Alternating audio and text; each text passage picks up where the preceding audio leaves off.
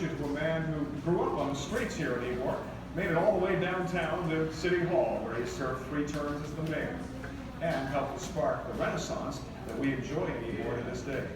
Dick Breckman. Thanks, Bob. It's wonderful to see Ybor City become vibrant again after so many years of decline. It's a real testament to all the immigrants and industry that made this possible one day, many years ago, and are reviving it again today. What better person to tell you about the story of Ybor than another native son, renowned speaker, author, artist, Dr. Frederick Pacheco. Hello. For decades, I've used my paintings and books to evoke the spirit of Ybor City for those generations who weren't lucky enough to be around for its golden era. And now it's my pleasure to tell you the story of that rare American neighborhood, one like none other.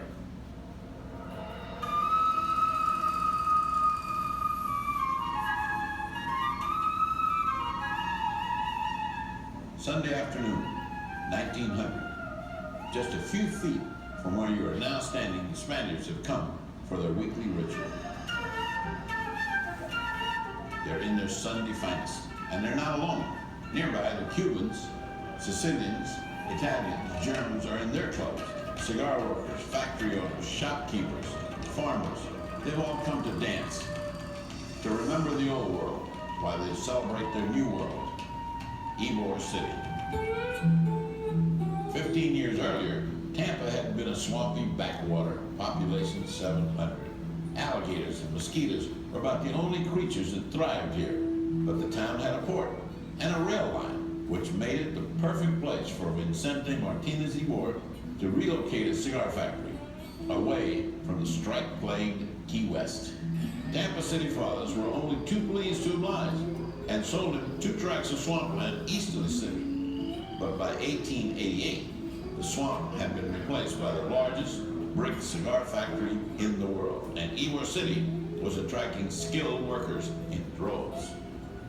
His masterstroke was to offer them the American dream of a home interest-free. Soon thousands of these casitas dotted the landscape, and many still stand today. Ybor was also able to attract other cigar manufacturers, and in just a few years, magnificent multi-storied brick and wooden factories filled with skilled workers were producing over 1 million hand-rolled cigars a day in Ybor City. By the 1920s, residents proudly claimed they lived in the cigar capital of the world. The cigar industry's economy assured success for many others as well. Immigrants from Sicily, Italy, Germany, and Romania followed the Spanish and Cuban cigar workers here to set up banks, groceries, dairies, retail stores, and other services. Together, they blended to form a new community, a Latin community, where all work side by side, regardless of race, of gender, or of nationality. One group did stand out, the Lector. The Lector was the cream of Spanish society, revered for his intelligence and for his style. In the days before TV and radio, their job was to lighten the tedium of cigar rolling by reading aloud to the workers. From their podium, the Lectors educated and enthralled workers with news of the day, great works of literature, and lectures on human rights. One of my grandfather's favorite memories was lunchtime, when the wives would come with the children and join their husbands until after lunchtime. The husbands would go to work, but they would remain in order to listen to the Lector's booming voice as he read the last chapter of the novel. The Lectors turned Tampa's cigar workers into one of the best educated workforces in the world and helped fuel their passion for the all-consuming crusade of Cuba Libre. Long before Miami had become the home of the Cuban exile community, Ybor City was the cradle of Cuban independence. You can actually stand on the steps of the Martinez Ybor factory at the exact spot where over 100 years ago, Cuban patriot Jose Marti exhorted 3,000 Cuban liberation supporters to send men, money, and arms to support the Cuban insurrection.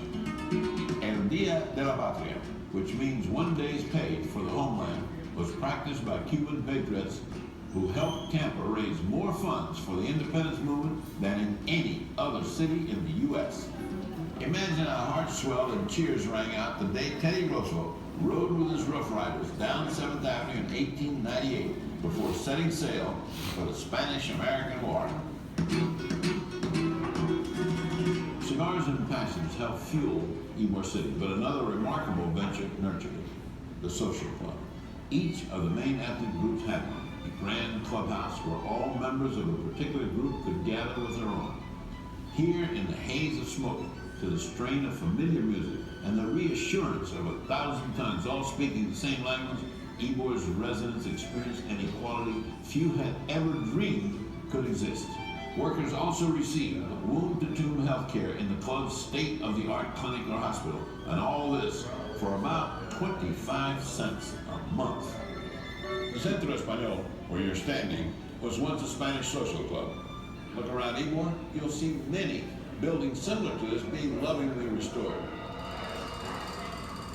Ybor City's had many different lives. As returning GIs moved to the suburbs after World War II, its population declined. By the 60s, much of the neighborhood was knocked down, leaving Ybor almost empty, until artists and nightclubs moved in and revived interest in this historic district. In 1998, the Steiner Group leased the derelict Centro Español from the state of Florida and began its ambitious plan to open the Centro Ybor Entertainment Center. It has sparked a renaissance in Ybor that continues to this day. The first factories are still there for you to see. The El Pasaje, Ybor's first grand hotel, the magnificent social clubs, La Gran Avenida Septima, and so many other landmarks of the old Ybor. The moves look quite different now than they did when Ybor's founders took to the floor in their social clubs.